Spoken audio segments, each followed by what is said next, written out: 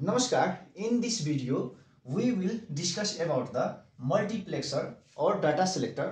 आजको यस लेक्चरमा हामी multiplexer को बारेमा डिस्कसन गर्ने छौं. So what is multiplexer? Multiplexer is a digital circuit that selects one of many input signal and forward it to a single output. Multiplexer भन्नाले एउटा digital circuit हो जसले के गर्छ धेरै इनपुटलाई धेरैवटा इनपुटहरुलाई एउटा सिंगल आउटपुटमा कन्भर्ट गर्छ. Multiplexer has a multiple inputs and one output. यससँग धेरै इनपुट हुन्छ तर आउटपुट यसको मात्र एउटा हुन्छ. Works as a data selector. यो चाहिँ डाटा सेलेक्टर को रूपमा काम गर्छ in digital circuit.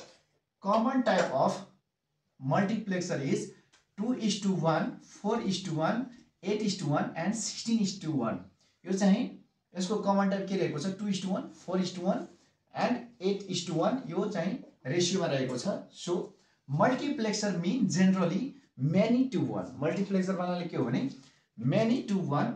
The circuit has n input. यदि सर्किटमा n इनपुट छ भने m कन्ट्रोल हुन्छ एन्ड एउटा मात्र के हुन्छ त आउटपुट हुन्छ एन्ड वन आउटपुट सिग्नल.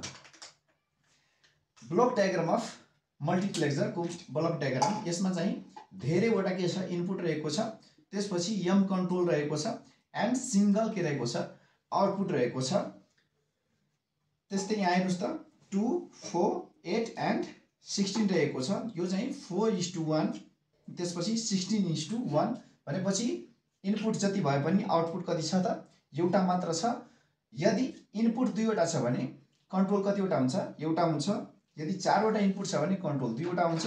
यदि 8वटा छ भने 3वटा कन्ट्रोल हुन्छ र 16वटा छ भने कन्ट्रोल के हुन्छ चारवटा हुन्छ. 2:1 मल्टिप्लेक्सर.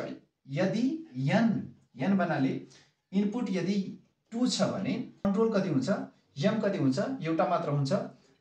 इनपुट इक्वल टु 2 छ भने के हुन्छ कन्ट्रोल युनिट कन्ट्रोल इनपुट कति हुन्छ 1 हुन्छ. यहाँ फन्डामेन्टल प्रोडक्ट. यदि इनपुट 0 छ भने यो के भयो फन्डामेन्टल प्रोडक्ट a को कम्प्लिमेन्ट 1 छ भने a मात्र भयो. यसमा डाटा चाहिँ दुईवटा d0 एन्ड d1 रहेको छ.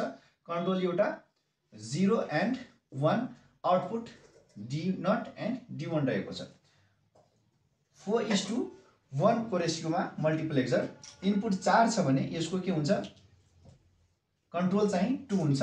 कन्ट्रोल सिग्नल 2 हुन्छ. यहाँ इनपुट a एन्ड b हुँदाखेरि फन्डामेन्टल प्रोडक्ट कतिवटा बन्छ चारवटा बन्छ. 0 एन्ड 0 छ भने दुईटा इनपुट दुईटै यदि लो छ भने यसको a कम्प्लिमेन्ट या b कम्प्लिमेन्ट. एउटा लो अर्को हाई छ भने a कम्प्लिमेन्ट b. एउटा हाई एउटा लो छ भने a b कम्प्लिमेन्ट अनि दुईटै हाई छ भने a b भयो. अब यसको चाहिँ ट्रुथ टेबल हेरौँ. इनपुटमा डाटा चाहिँ d0 d1 d2 and d3 छ भने कन्ट्रोलमा a b. सो यो हाम्रो output d0 d1 and d2 d3 रहेको छ. Thank you.